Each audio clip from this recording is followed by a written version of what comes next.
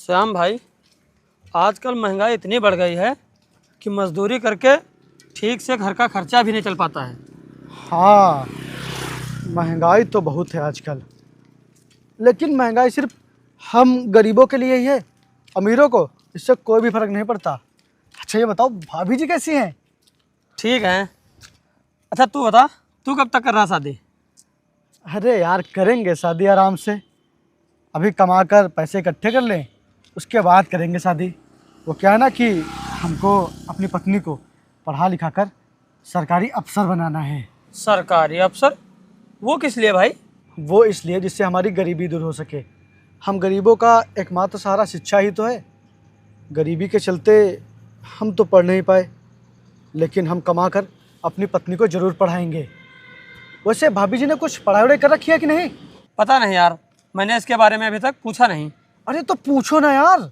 अगर भाभी जी ने पढ़ाई कर रखी है, अगर वो आगे पढ़ना चाहती हैं तो उनको ज़रूर पढ़ाओ, ताकि पढ़ लिख कर वो कुछ बन सके और इस गरीबी से मुक्ति मिल सके। हाँ यार, एकदम सही कहा तुमने। इसके बारे में मैंने कभी सोचा ही नहीं। कल ही मैं अपनी बीबी से इसके बारे में बात करता हूँ। हाँ चलो चलते हैं, चलो।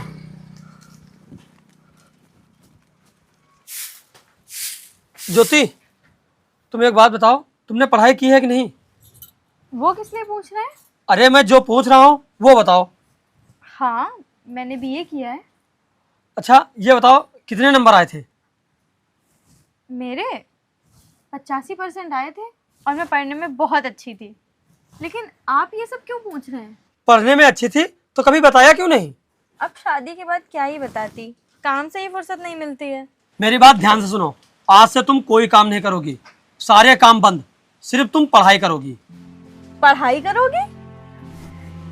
ये क्या हो गया है आपको अचानक से? अरे वो जो हमारा सबसे पक्का दोस्त है ना करण, वो कह रहा था कि मैं शादी के बाद अपनी बीबी को सरकारी अफसर बनाऊंगा, जिससे हमारी गरीबी दूर हो जाएगी। इसीलिए मैंने भी सोचा है कि मैं तुम्हें पढ़ा लिखा कर सरकारी अफसर बनाऊंगा, जिससे हमारी गरीबी दूर हो जाएगी। अब तुम्हें पढ़ लिख कर सरकारी अफसर बनना है। पैसे?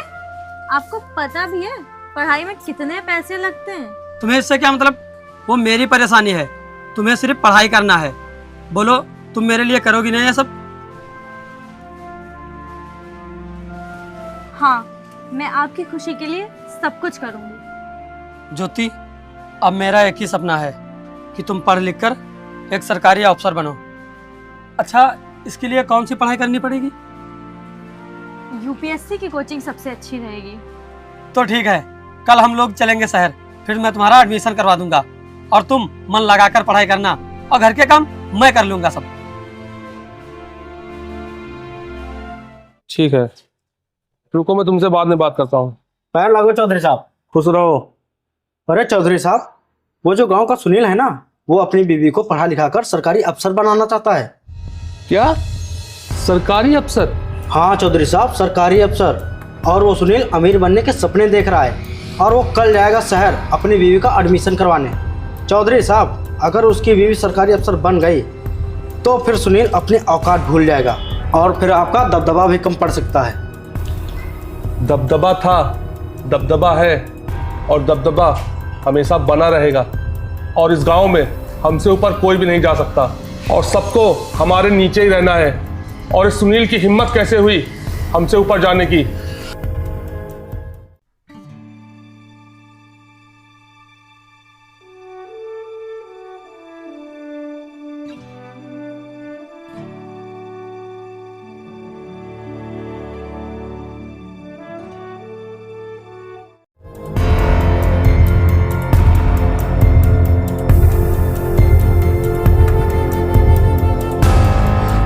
पालागू चौधरी साहब।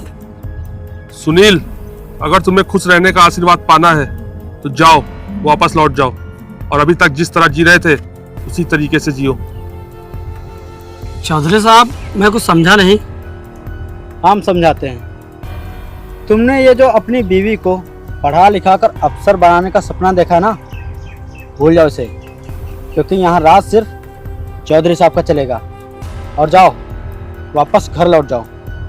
तुम मजदूरी और वो झाड़ू पोंछा करेगी, इसी में तुम लोगों की भलाई है, समझे?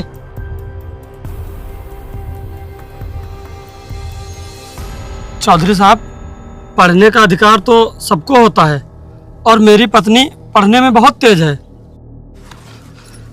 चौधरी साहब, ऐसा मत करिए, मेरी बीवी को पढ़ने दीजिए, क्योंकि शिक्षा ही एक सहारा है हम गरीबों की गरीबी दूर करने का। अब तू चला जा यहाँ से, और अब तू मुझे और गुस्सा मत दिला, वरना बहुत बुरा हो जाएगा। एक बार मैंने बोल दिया ना कि तू अपनी बीवी को नहीं पढ़ाएगा, मतलब नहीं पढ़ाएगा। चल जा यहाँ से। चौधरी साहब, हम तो अपनी बीवी को पढ़ाएंगे, इस तरह आप जबरदस्ती हमको रोक नहीं सकते। चलो ज्योति, आओ।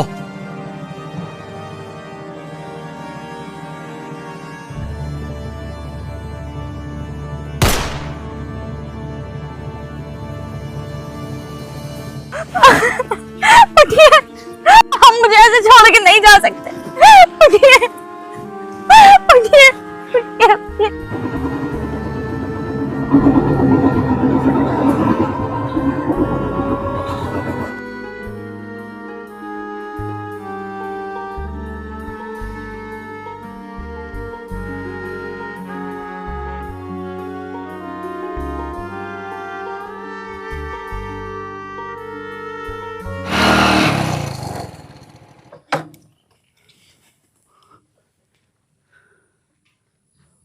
सुनील भाई,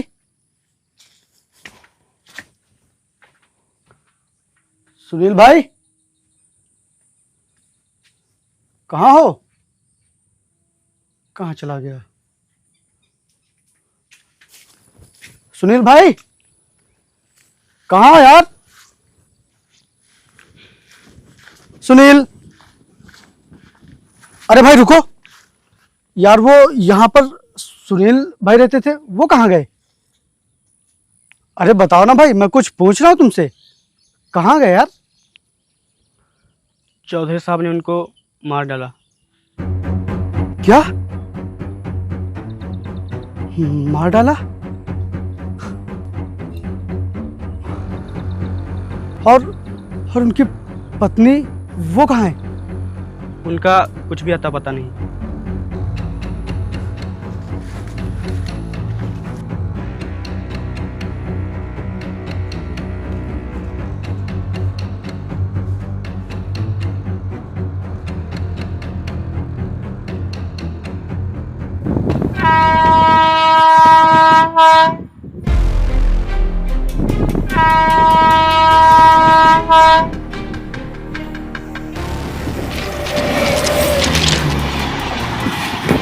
भाभी जी, आप एकदम पागल हो गए क्या? आप मरने क्यों जा रही हैं? छोड़ो मुझे छोड़ो, मुझे मर जाने दो। नहीं, भाभी जी पागल मत बनिए, आपके मरने से सुनील वापस नहीं आ जाएगा। लेकिन मरने के बाद मैं तो उसके पास जा सकती हूँ। छोड़ो मुझे। भाभी जी, मरने से कुछ भी ठीक नहीं होगा। हाँ, कुछ भी ठीक नहीं होगा मरने से, और आपके मरने से सुनील की आत्मा को कभी भी शांति नहीं मिलेगी, बल्कि उसकी आत्मा को शांति मिलेगी तो आपके कुछ बनने से। हाँ भाभी जी, अगर आप मर गई तो चौधरी की जीत हो जाएगी। अगर आप चाहती हैं कि सुनील की आत्मा को शांति मिले तो आपको उसका सपना पूरा करना होगा। सुनील के सिवा मेरा इस दुनिया में कोई भी नहीं था, एक वही मेरा सहारा था। दर दर की ठोकरें खाने से तो अच्छा है मैं मर जाऊंगी। छोड़ो मुझे। भाभी जी, मेरे होते हुए आपको कहीं भी भटकना नहीं पड़ेगा। मैं सुनील का दोस्त हूँ, करण। हाँ भाभी जी, मेरे होते हुए आप कहीं भी नहीं भटकेंगी। आप मेरे यहाँ रहेंगी और मेरे यहाँ रहकर सुनील का सपना पूरा करेंगी। हाँ भाभी जी, मैं पूरा करूँगा सुनील का सपना। सोचिए मत भाभी जी, ये समय सोचने का नहीं, कुछ करने का समय है, बदला लेने का समय है। क्योंकि जितना दुख सुनील के जाने से आपको है, उतना दुख मुझे भी है। अब चलिए मेरे साथ।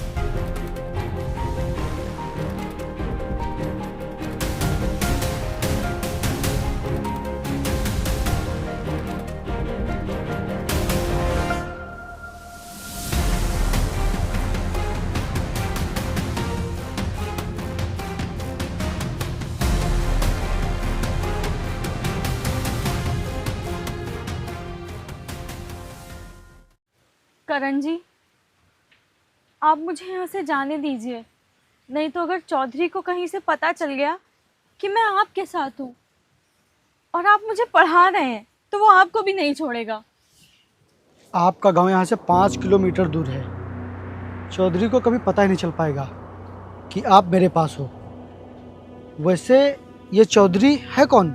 चौधरी वो हमारे गांव का प्रधान है, बहुत अमीर है। वो गरीबों पर बहुत जुल्म करता है और उसने गांव के सभी गरीब किसानों की जमीन अपने नाम लिखवा ली है, वो भी जबरदस्ती।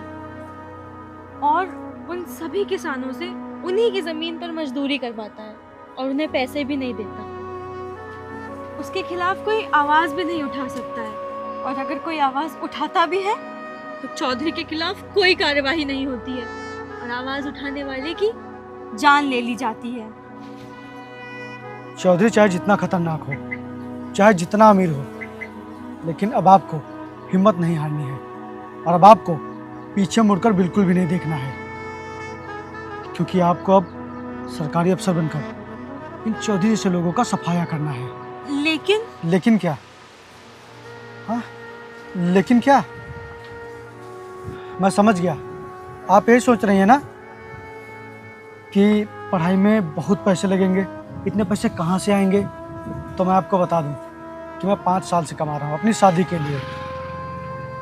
अभी तक तो मैं सोचता था कि मैं अपनी पत्नी को पढ़ा लिखा कर एक सरकारी अफसर बनाऊंगा, लेकिन अब अपनी पत्नी को सरकारी अफसर बनाने का सपना तो पूरा नहीं हो पाएगा, लेकिन अपने दोस्त की पत्नी को मैं सरकारी अफसर जरूर बनाऊंगा। अपने दोस्त का सपना मैं जरूर पूरा करूंगा।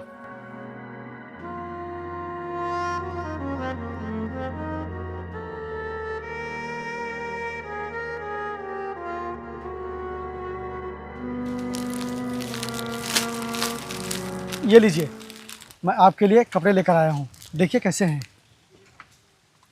इनकी क्या जरूरत थी? क्यों नहीं थी ज़रूरत कि आप हमेशा यही कपड़े पहने रहेंगी। ये लीजिए, देखिए कैसे हैं। और हाँ, आप जल्दी से कपड़े बदल लीजिए, आपका एडमिशन करवाने चलना है। लीजिए। अरे आप सोच क्या रही हैं? लीजिए। और हाँ, आप कपड़े पहन लीजिए, आपका एडमिशन करवाने चलना है। जाइए, आप चेंज कर लीजिए।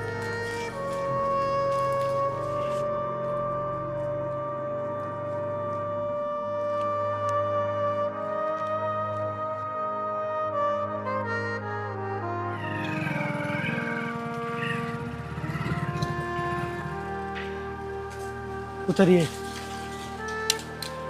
अब आपका एडमिशन हो गया है। अब से मैं आपको रोज़ कोचिंग लेकर चलूँगा। और हाँ, अब से आपका पूरा ध्यान सिर्फ और सिर्फ पढ़ाई पर होना चाहिए और किसी भी चीज़ पर नहीं।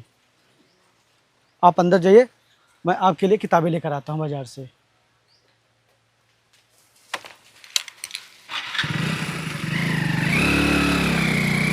ये देखिए चौधरी साहब, इस ज़मीन के कागज़। ये ज़मीन पूरे 2 बीघा है और ये रामनाथ के नाम पर है। सारे कागज़ तैयार हैं, बस इन पर रामनाथ के अंगूठे का निशान चाहिए। अरे बहादुर, वो सुनील की औरत का कुछ पता चला? क्या हुआ, जिंदा है या मर गई? अरे चौधरी साहब, मुझे तो लगता है वो अबला मर गई। अगर जिंदा होती तो उसका कुछ तो पता चलता। चलो अच्छा हुआ, ये कीड़े मकोड़े हमसे ऊपर जाएंगे।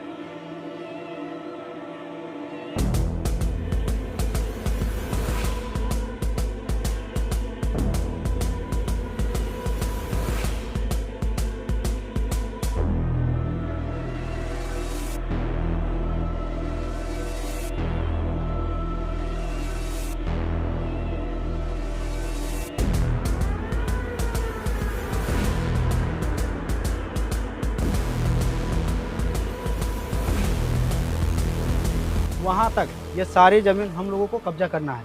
और ये जो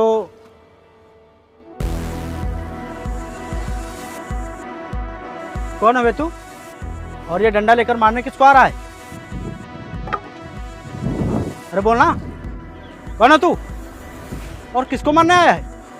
हाँ, कहाँ है? अरे बोलना। तेरी तो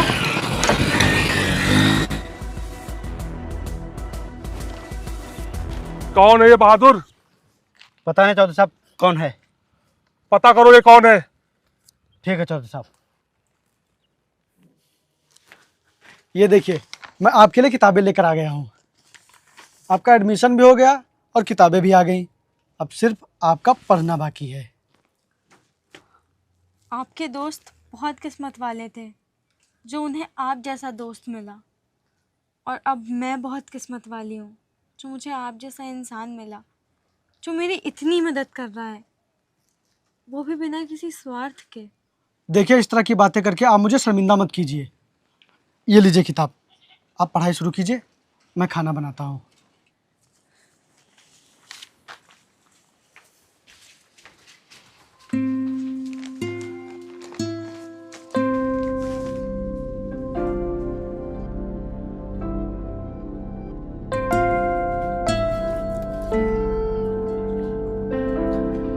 ये लीजिए, आप खाना खा लीजिए। लीजिए, अरे खाइए, पढ़ाई भी कर लेना बाद में। लीजिए। आपने खा लिया? हाँ हाँ हाँ, मैंने खा लिया, आप खा लीजिए। आप खाइए, मैं आता हूँ।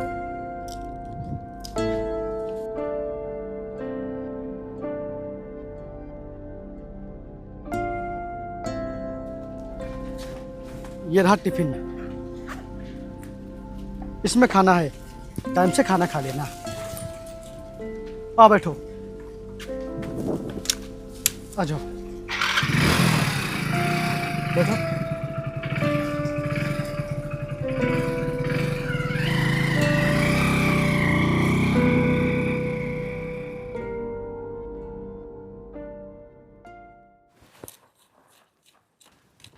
सुनिए, हाँ, वो मेरे ना एग्ज़ाम स्टार्ट हो रहे हैं कल से। अरे वाह, तब तो फिर तुमको कोचिंग में सबसे ज्यादा नंबर लाने हैं। जी। तो फिर आज का पेपर कैसा हुआ? आज का एग्ज़ाम तो बहुत अच्छा हुआ। मैंने ना सारे क्वेश्चंस किए, अरे वाह। और ये वाला।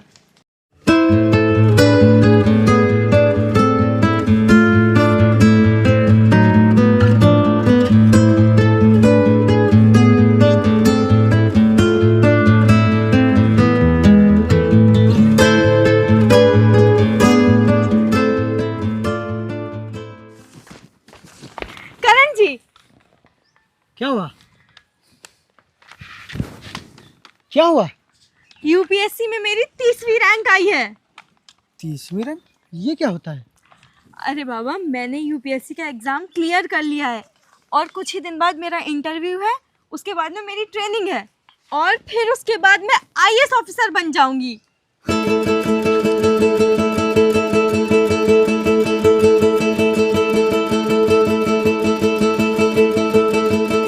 क्या हुआ?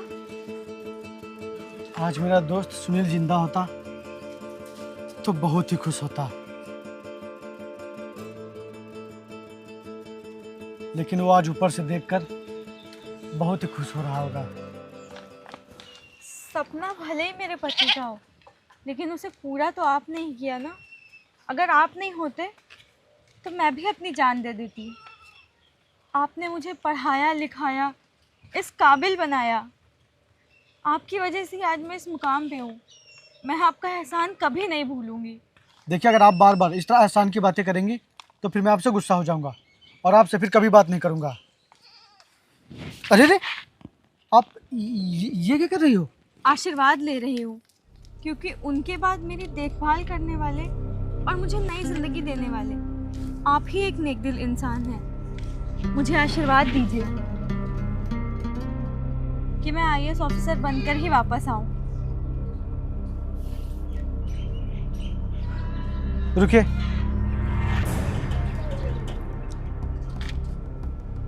आइए बैठिए। क्या हुआ? आइए बैठिए। जाइए भैया, बाय।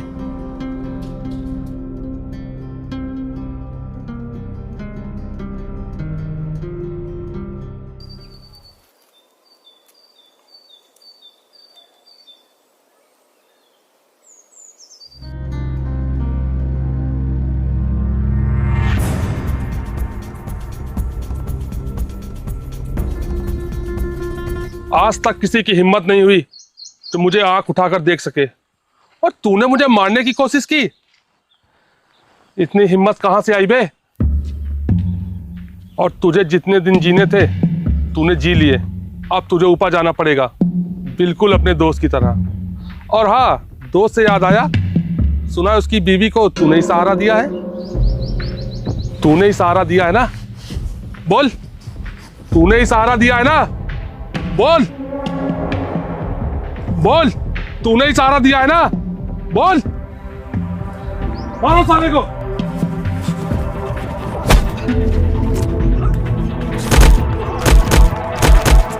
बोल बोल, सुनील की बीवी कहाँ है?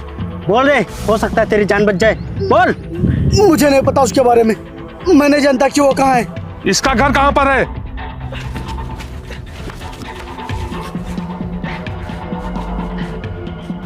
ढूंढो उस विधवा को।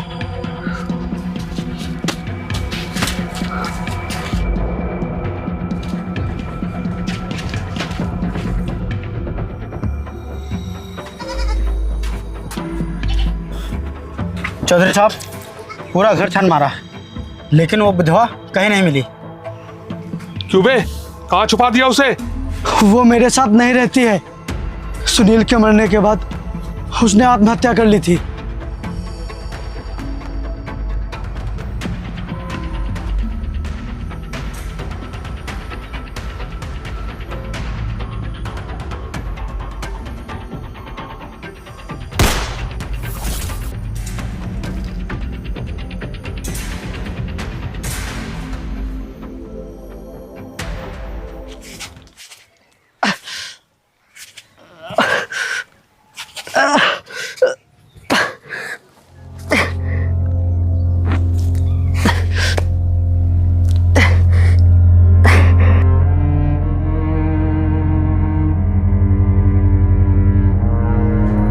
आज मेरा इंटरव्यू क्लियर हो गया जी।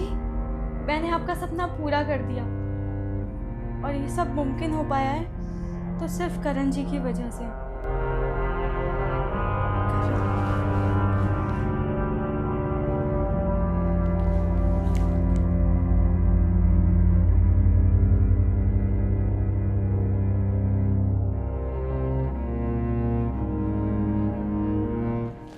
स्विच ऑफ है।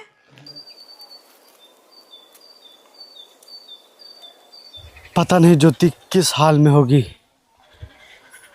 अब मेरा यहाँ रहना बिल्कुल भी सही नहीं रहेगा, क्योंकि अगर यहाँ ज्योति के आने के बाद चौधरी को पता चला कि ज्योति यहाँ है तो वो ज्योति को नहीं छोड़ेगा। इसीलिए मैं यहाँ से कहीं दूर भाग जाता हूँ।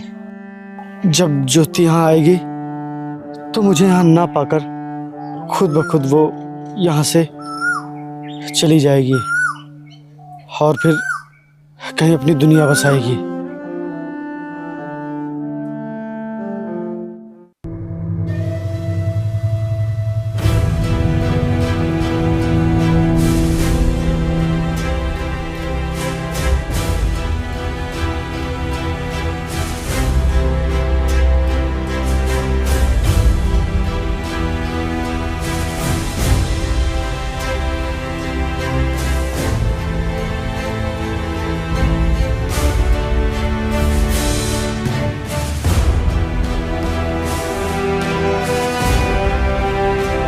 करण जी, कहाँ हैं आप? करण जी, कहाँ हैं आप? करण जी, कहाँ चले गए हैं आप? करण जी, करण जी, करण जी, कहाँ हैं आप? कहाँ हैं आप? ये कहाँ चले गए? करण जी, करण जी, कहाँ हैं आप?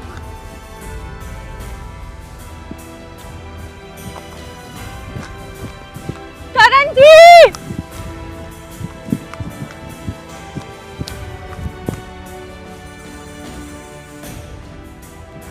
कहाँ हैं आप?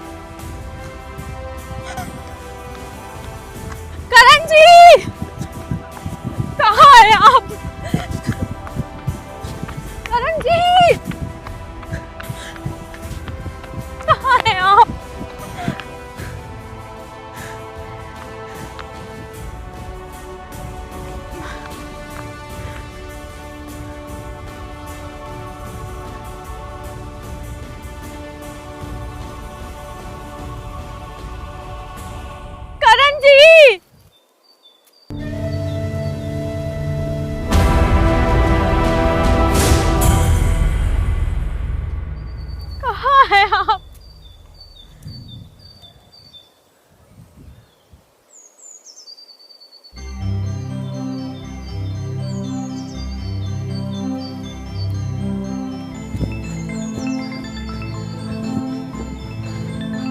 उठिए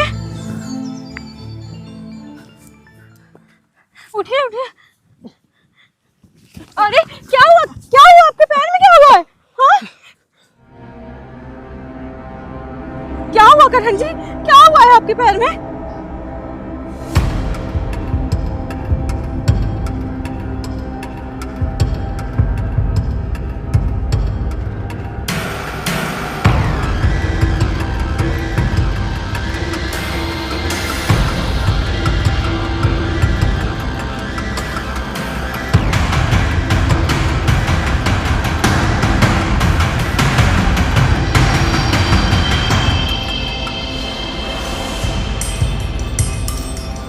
चौधरी साहब, इस फाइल में पूरे 15 किसानों के जमीन के कागज हैं और सभी के अंगूठे के निशान भी हैं। सिर्फ एक सुनील नाम का आदमी है, उसके अंगूठे का निशान नहीं है। लेखपाल साहब, सुनील की जमीन मिलाकर टोटल 15 किसानों की जमीन कल तक मेरे नाम हो जानी चाहिए।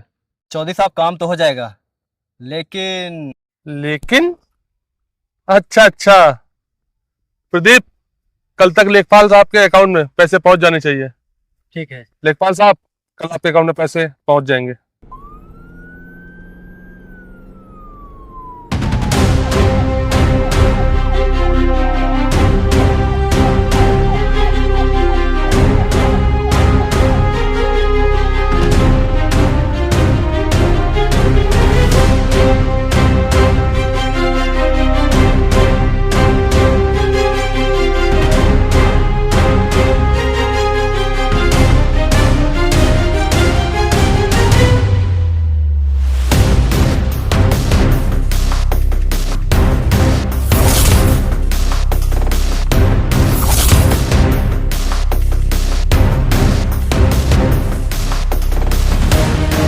आज इस विधवा को इस रूप में देखकर तुझे यकीन नहीं हो रहा होगा ना चौधरी? देख, आंखें फाड़ कर देख, ताकि तुझे यकीन हो सके कि एक गरीब की पत्नी जिसे तूने मार दिया था, वो आज तेरे सामने एक आईएएस ऑफिसर बनकर खड़ी है। तेरी यही सोच थी ना चौधरी कि कोई भी गरीब तुझसे ऊपर ना जा सके, लेकिन शायद तू ये भूल गया था कि तू कोई भगवान नहीं है जो किसी की किस्मत का लिखा बदल सके। और आज तक तूने जितने भी पाप किए हैं, उन सब का हिसाब चुकाने की बारी आ गई है। जो कुछ भी हो चुका है अब वो वापस तो आ नहीं सकता है कि नहीं? तो तुम्हें जितने भी पैसे चाहिए हम तुम्हें दे देंगे, बस मेरे खिलाफ कोई कार्रवाई मत करना। चौधरी, तेरे पैसों में इतनी ताकत नहीं है कि मेरे ईमान को खरीद सके। आज तक तूने गांव के किसानों की जितनी भी ज़मीनें ज़बरदस्ती अपने नाम करवाई हैं, उन सब किसानों को उनकी ज़मीन तो वापस मिलेगी ही, साथ में तूने बेईमानी से जितनी प्रॉपर्टी बनाई है, जितनी संपत्ति बनाई है, उन सब पर अब गांव के किसानों का हक होगा। उन सब में भी हिस्सा लगेगा, क्योंकि तुझे बनाने वाले गांव के लोग ही हैं। इसलिए अब तेरे पास जो कुछ भी है सब कुछ उनका होगा। और तूने मेरे दोस्त को मारा था ना, तो तुझे ऐसी सजा मिलेगी जिससे तू हर पल तड़पेगा। माफ कर दो मुझे, अब मैं कभी किसी के साथ ऐसा नहीं करूंगा। माफ कर दो मैम। तुम दोनों को मैं आजीवन कारावास करवाऊंगी, जिससे तुम्हारे पास सिर्फ और सिर्फ पछताने के अलावा और कोई चारा ना बचे। तब तक मेरे पति की आत्मा को शांति नहीं मिलेगी। और तुम लेखपाल साहब, तुम्हें बड़ा शौक है ना लोगों से रिश्वत लेके काम करने का, तो आज के बाद तुम रिश्वत लेने लायक ही नहीं बचोगे, क्योंकि मैं तुम्हें सस्पेंड कर रही हूँ। तुम्हें भी सजा मिलेगी। मैम माफ कर दो मैम। आगे से अब कभी ऐसा नहीं होगा, किसी के साथ ऐसा नहीं करेंगे। इंस्पेक्टर, अभी थाने में फोन करिए और इन लोगों को लेके जाइए यहाँ से। Okay ma'am. माफ कर दो मैम, अब कभी किसी के साथ ऐसा नहीं करूंगा। बंद करो अपनी बकवास।